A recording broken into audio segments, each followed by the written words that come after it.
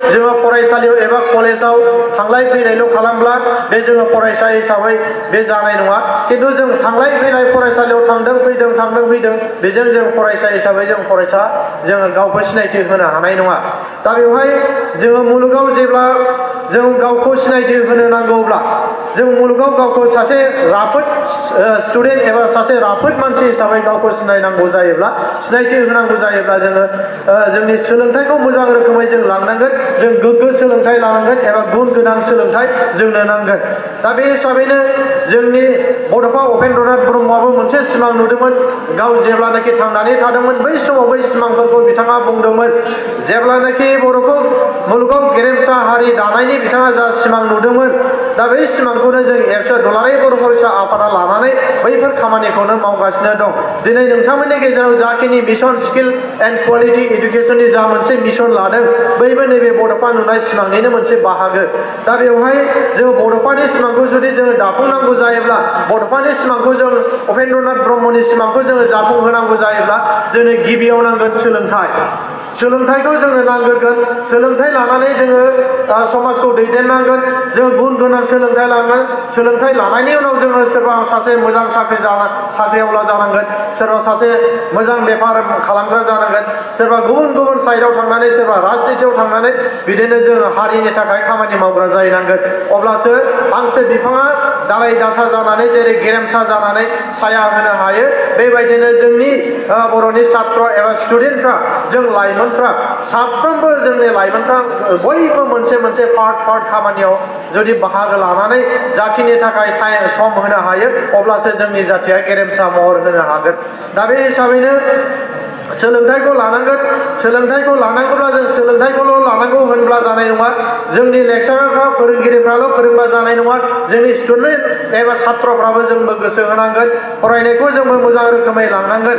दा बेवहाय फोरोंगिरिफ्राथ' लेक्सारखौ होयो, फोरोङो, खिन्थु जोंनि छात्र छात्रिफ्रा बै फोरोंनाय समाव मा फोरोंदों मा फोरोङाखै, नैबे फोरोंनाय समाव जों कनसेन्ट्रेट एबा गोसो होनाय नैबे जोंनाव बारा जों बेखौ नुनो मोना। दा बेनिखायनो जोङो स्टुडेन्ट हिसाबै, छात्र हिसाबै जों बैफोरखौ लांनांगोन। बेजों लोगोसे जोंनि आखल आखुआबो जोंनाव सोलायनांगोन आरो फरायनायजों लोगोसे जोंहा थांखि थानांगोन। जों बेखौ बुंदों, जाय स्टुडेन्ट एबा जाय छात्रआ, जाय मानसिया थांखि गैया, बै मानसिनि जाखिनि साननाय हनाय, जिउआव जा गाव साननाय, बैफोर जाफुङा। दहाय मेल बेखेवगिरि बिथाङाबो बुंदों। दा बेवहाय उपेन्द्रनाथ ब्रह्म, जोंनि बड'फा उपेन्द्रनाथ ब्रह्मआबो बै थांखिनि सायावनो मोनसे खोथा बुंलांदों। जाय मानसिनियाव थांखि गैया, बै थांखि गैयै मानसियानो माने बे बाराव बिरथिंनाय बेलुन बायदि जाहैबाय। ओरै बुबा ओरै थांगोन, ओरै बुबा ओरै थांगोन, माने बहा थांगोन खुनु उद्देश्य गैया, बेखौ बारानो बुथिंलांबाय थागोन जाहैदों। बेनिखायनो बैफोरबायदि मानसिनि साननाया जाफुङा जाहैदों। बेनिखायनो स्टुडेन्ट हिसाबै, छात्र हिसाबै जों साफ्रोमनोबो मोनसे थांखिया थानांगोन। जाय फरायसा फरायसुलिनाव थांखि गैया, दिनैनिफ्रायनो जायफोर थांखि लायाखै, दिनैनिफ्रायनो नैबे जाय नों जिउआव मा जानो सानदों बै थांखिखौ लानो थाखाय जों खावलायबाय। दिनै नोंथाङा सोरबा साइन्सआव फरायदों, सोरबा आर्ट्सआव फरायदों, सोरबा कमार्सआव फरायदों, बेजों खुनु खोथा गैया। फरायनायजों नोंथाङा फरायनायजों लोगोसे थांखि लादो। जुदि आर्ट्सआव फरायदोंबा नोंथाङा आर्ट्सआव फरायनानैनो जुदि आसामनि नैबे इउनिभार्सिटि लेभेलाव टपार जानो लुबैदोंबा आसामनि गेजेराव टपार जानायनि मोनसे थांखि दं, सोरबा प्रफेसर जानायनि मोनसे थांखि दं, बैफोर थांखिखौ लादो। सोरबा साइन्सआव फरायनायाथ' इन्जिनियार जासिगोन, सोरबा डक्टर जासिगोन, बायदि एग्रिकालसारेल इन्जिनियार माबा माबि बिदि जाहैसिगोन। आरो नैबे कमार्सआव फरायनायावो सोरबा बेंकआव साख्रि मावनायनि थांखिबो लानो हागौ, सोरबा बेफार मावनायनि थांखिबो लानो हागौ, सोरबा साख्रि मावनायनिबो थांखि लानो हागौ। बेबायदिनो नों मा थांखि, नोङो मा जानो सानदों बै थांखिखौ लादो। दाना थांखि लाखांनायनि उनावनो जोंनि खामानिया जोबा। थांखि लाखांनायनि उनाव जोंनि खामानिया जोबा। थांखि लाखांनायनि उनाव जों आरोबाव माखासे खामानि मावबावनो गोनां दं। थांखिखौ लाखांनायनि उनाव नों उन्दु थायोब्ला बै नोंनि थांखिया माब्लाबाबो जाफुंनाय नङा।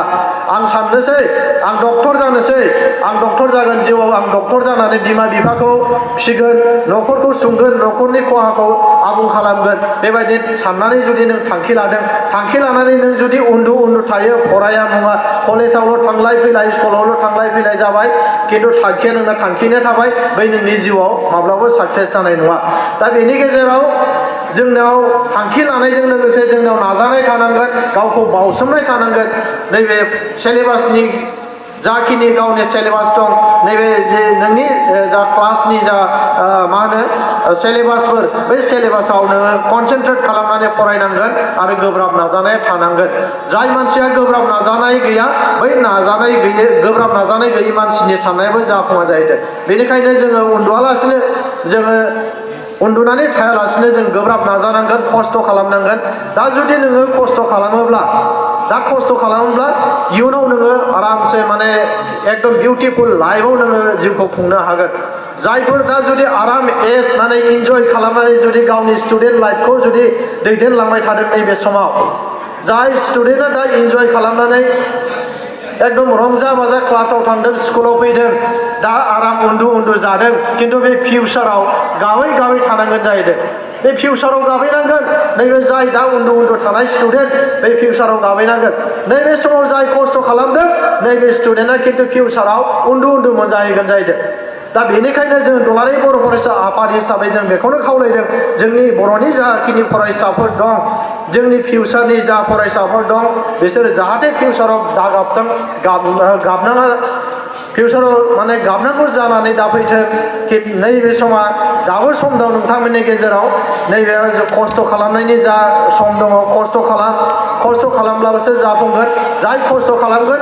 बैनानो मोजां फिथाइ थायगोन हमनानै लादो जों बयबो आबादारिनि फिसा जोंबो आबाद मावनानै जाग्रा खिन्थु आबादखौ मावनानै माइखौल' गायनानै नोङो फोथाराव थाङा मुवा फोथाराव दै हाबदोंना हाबाखै माइआ एम्फौ जादोंना मोसौ जालांदोंना नोङो फोथाराव माइ गायनानै नायालासे थाबा बे माइखौ जों मोनगोन जानो बै माइखौ जों मालाबा मोनजाखानाय नङा हयथ' बे हाग्रानि ग्रौ जालांजोबगोन अबेबा दैया बारा जानानै एम्फौ जालांजोबगोन माबा मोनसे बेमार जानानै बै आबादा थैलांजोबगोन थिग बेबायदि रोखोमनि जोङो जुदि एसे खस्थ' खालामाबा जोंनि फिथाइखौ जों मालाबाबो मोनजानाय नङा दा जों बेनिखायनो जों खस्थ' खालामनांगोन खस्थ' खालामनानैसो जों फिथाइखौ मोनजागोन जायफोर दा खस्थ' खालामदों उनाव उन्दु मोनजागोन आं बुंखाबाय आरो जायफोर दा खस्थ' खालामाखै आं बारे बुंदों जायफोर दा खस्थ' खालामाखै जायफोर दा उन्दु दं बिसोर उनाव गाबैनांगोन दा बेनिखायनो जोंनि फरायसा फरायसुलि नोंथांमोनखौ जों खावलायदों जायफोर खस्थ' खालामाखै दाबो सम दं खस्थ' खालामदो गावनि बिमा बिफानि मुंखौ लाखिनो नाजादो